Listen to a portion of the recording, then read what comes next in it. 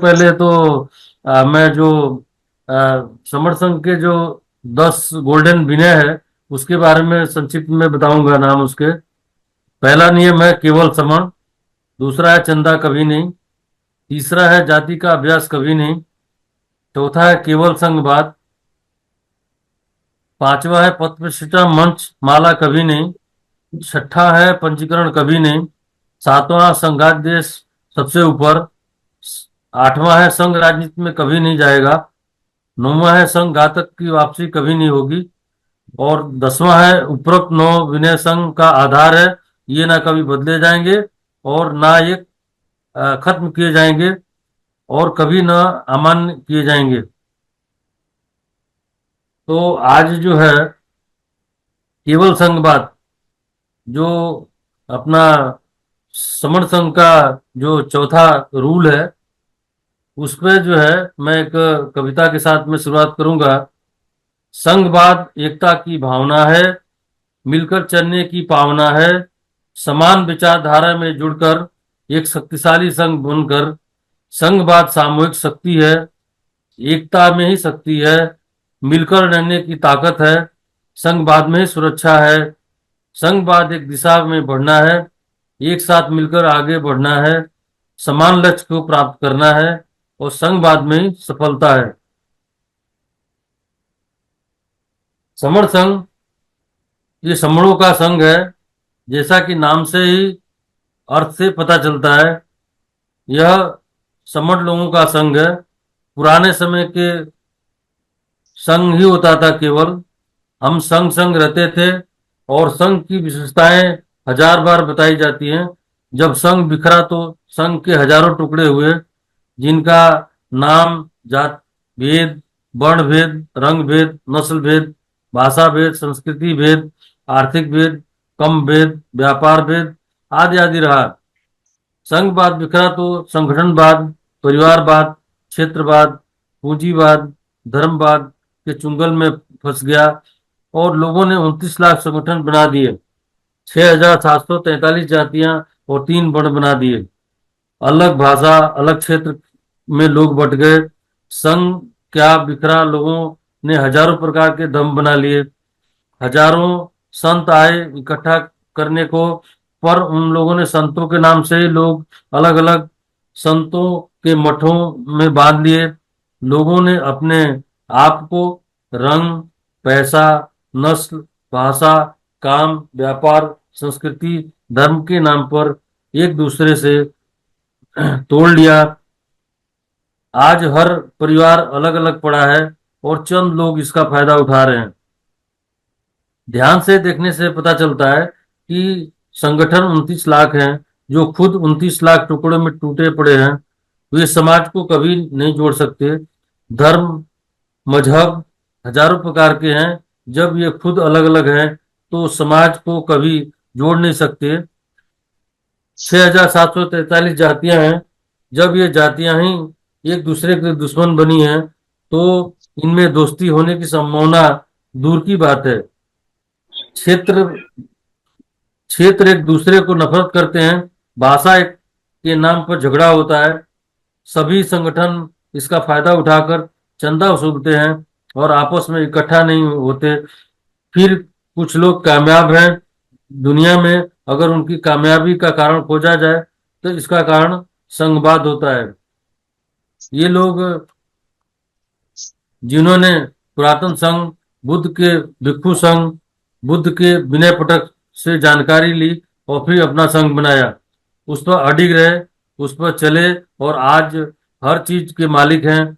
संघ की कमाल की शक्ति होती है, इसलिए बुद्ध ने कहा संघे शक्ति युगे युगे। इसका अर्थ है योग, योग करने से संघ में शक्ति आती है। योग का मतलब योग जोड़ होता है। इसका सीधा अर्थ हुआ कि जुड़ने और जोड़ने से ही संघ में शक्ति आती है। समर संघ के लिए सेवा देने की एक शर्त है। बहुत साधारण है कि आप समण होने चाहिए। जन्म से, मूल जन्म से समण। जो मूल जन्म से समण है वो सदस्य अपने आप ही हैं।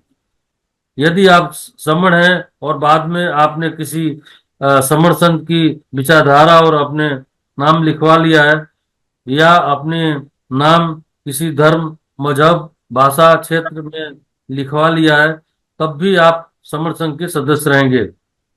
आप क्या खाते हैं, क्या पहनते हैं, क्या भाषा बोलते हैं, किस क्षेत्र में रहते हैं, किस धर्म का इस्तेमाल करते हैं, ये बात की बात है।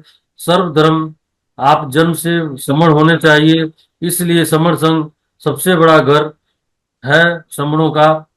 इसमें 29 लाख संगठन आ सकते हैं, 6,743 जातियां आ सकती हैं, अलग अलग मतों के समण आ सकते हैं, देश विदेश के समण आ सकते हैं।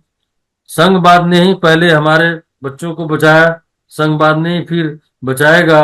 दुनिया ने संघवाद को अपनाया है। भारत गणतंत्र संघ, सोवियत संघ, संयुक्त राष्ट्र संघ, शरणम संगम गच्छामि, बुद्ध का संघ, दुनिया का नियमबद्ध संघ है। संघ से संघवाद से बड़ा सुरक्षित कोई भी तरीका आज के समय समूहों के लिए नहीं है।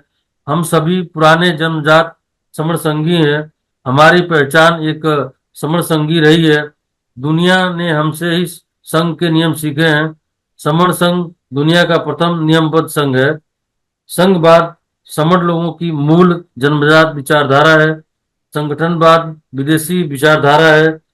विदेशियों ने अपने संगठनवाद की, नेतावाद की, प्रधानवाद की, हीरोवाद की विचारधारा हमें दे दी और हमारी संघ पर आधारित विचारधारा विदेशियों ने ले ली।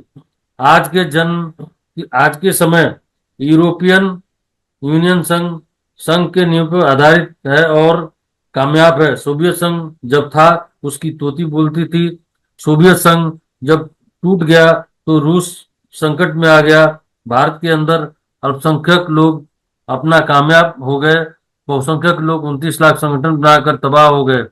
भारत की राजनीतिक पार्टियां जिन्होंने अलायंस किए, संघ बनाए, वे सत्ता में पहुंची। जो पार्टियां अकेले रही वे किनारे आ गईं।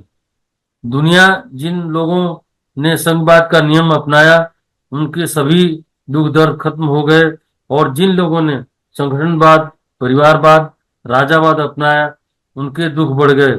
संघवाद ही हमारे दुखों की मुक्ति का रास्ता है। इसके 3 उदाहरण देखिए। पहला, भारत की आबादी। आजादी के समय भारत में हिंदू, मुस्लिम, सिख, ईसाई आपस में है, भाई भाई का संघ बना और अंग्रेजों को भागना पड़ा। दूसरा, 2 अप्रैल 2018 को एसटी एक्ट को खत्म करने के विरोध में 4 घंटे का अस्थायी संघ बना। लोग अपने अपने संगठन छोड़कर अस्थायी प्राकृतिक संघ में इकट्ठा हुए और सरकार को अस्थायी संघ की बात माननी पड़ी। तीसरा, किसानों के विरुद्ध 3 काले कानून आए। किसानों ने 32 संगठनों ने अपना अलग अलग विरोध कर के सरकार ने 32 अलग अलग संगठनों की बात नहीं मानी, और जैसे ही उन्होंने 32 संगठन किसानों का संघ बन गया वैसे ही सरकार उनकी बात मान ली और सरकार को झुकना पड़ा।